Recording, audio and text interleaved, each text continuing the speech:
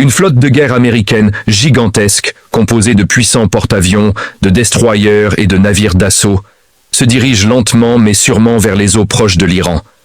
Un mouvement militaire d'une ampleur rare, sans précédent depuis des décennies. À Washington, le ton est grave. Les États-Unis évoquent ouvertement la possibilité d'une action militaire. À Téhéran, la réponse est immédiate. Iran affirme qu'il est prêt à défendre chaque centimètre de son territoire, par tous les moyens nécessaires. Au même moment, un autre signal tout aussi explosif est envoyé depuis l'Europe. L'Union européenne vient de franchir un seuil diplomatique historique en qualifiant une des principales forces armées, un État souverain, le corps des gardiens de la révolution islamique, d'organisation terroriste. Une décision sans précédent dans les relations internationales modernes qui change radicalement la nature du rapport de force entre l'Iran et l'Occident. Prenez un instant pour mesurer ce qui se joue. Une grande puissance économique et politique, l'Union européenne, désigne officiellement une structure centrale du pouvoir iranien comme terroriste. En parallèle, la Maison-Blanche répond par une démonstration de puissance navale massive. Ce n'est plus une simple crise diplomatique, c'est un cocktail explosif qui menace d'embraser le Moyen-Orient, et potentiellement bien au-delà. Pour comprendre comment le monde en est arrivé là, il faut revenir aux tensions accumulées depuis des années entre l'Iran et l'Occident. Mais aussi, regarder ce qui se passe à l'intérieur même du pays. Depuis plusieurs mois, l'Iran est secoué par une vague de protestations nationales d'une ampleur historique. Une population étranglée par la crise économique, exaspérée par la répression politique et sociale, est descendue dans la rue. Les chiffres sont lourds de sens. Des milliers de personnes ont été tuées lors de manifestations, révélant des fractures profondes au sein de la société iranienne. Face à cette contestation, le régime n'a pas choisi l'apaisement. Il a opté pour la fermeté absolue. La répression s'est durcie, transformant une crise sociale en une crise politique majeure. Aux yeux de nombreux gouvernements occidentaux, cette réponse violente a marqué un point de non-retour. Longtemps divisée sur la stratégie à adopter vis-à-vis de Téhéran, l'Union européenne a finalement décidé de frapper fort. En classant officiellement le corps des gardiens de la révolution islamique comme organisation terroriste, elle envoie un message clair. Certaines actions étatiques ne seront plus tolérées, même lorsqu'elles sont menées par une armée officielle. Ce n'est pas un simple geste symbolique. Concrètement, cela signifie que tout soutien matériel, financier ou logistique lié à cette force devient un crime sur le sol européen, renforçant encore davantage l'isolement international de l'Iran. Et cette dynamique ne s'arrête pas là.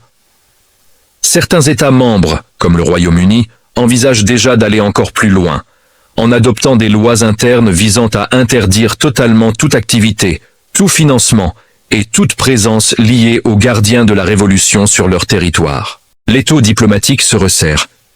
Sur le plan militaire, la tension est encore plus visible. Le président des États-Unis a annoncé qu'une armada massive faisait route vers le golfe Persique. À sa tête, un porte-avions emblématique, escorté par une flotte complète capable de frapper à très longue distance. Le message est volontairement clair, assumé, presque brutal. Washington n'avait plus utilisé un tel langage depuis la crise des missiles de Cuba. À plusieurs reprises, la Maison-Blanche a martelé l'existence d'un ultimatum adressé à Téhéran. Soit Iran accepte un accord sur le nucléaire selon les conditions américaines, soit il s'expose à des conséquences encore plus lourdes que celles déjà subies ces dernières années. Pour de nombreux analystes militaires, cette flotte est même plus impressionnante que celle déployée avant certaines opérations contre des régimes jugés hostiles, ce qui souligne la gravité du signal envoyé. Face à cette pression, beaucoup pourraient penser qu'un pays finit par céder. Mais c'est exactement l'inverse qui se produit. Les autorités iraniennes affirment être disposées à discuter, mais uniquement selon leurs propres termes. Il est hors de question, selon elles, de négocier sur certains piliers stratégiques comme leur programme de missiles balistiques. Plus inquiétant encore, plusieurs responsables iraniens ont laissé entendre que le pays se prépare activement à une confrontation militaire. Les forces armées et les gardiens de la révolution affirment être en état d'alerte maximale, avec, selon leurs propres mots, le doigt sur la gâchette. Cette posture montre que l'Iran ne se considère pas comme un État acculé prêt à plier, mais comme une puissance déterminée à résister, même au prix d'une escalade majeure. La décision européenne, dans ce contexte, prend une dimension encore plus lourde. Jusqu'à présent, l'Union européenne avait toujours évité de qualifier une force militaire officielle, un État, comme organisation terroriste.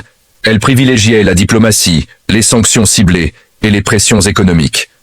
En rompant avec cette tradition, Europe établit un précédent qui pourrait redéfinir la notion même de légitimité étatique dans les relations internationales. Le message est clair.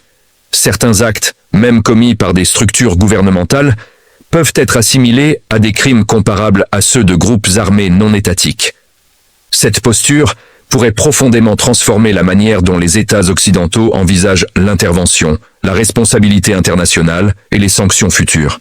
À ce stade, plusieurs scénarios, tous potentiellement explosifs, se dessinent. Une escalade militaire directe d'abord.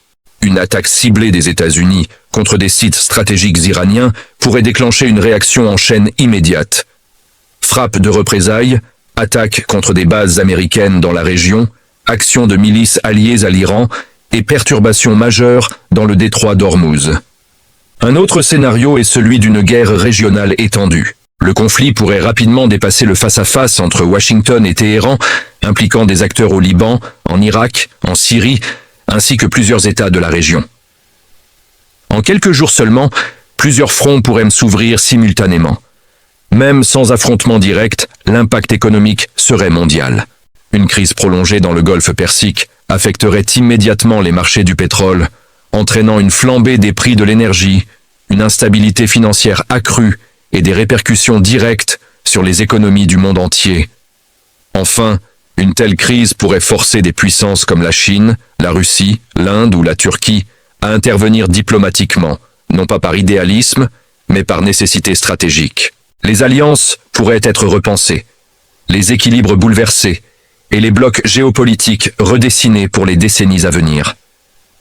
Ce que nous observons aujourd'hui ne ressemble en rien à une crise ordinaire.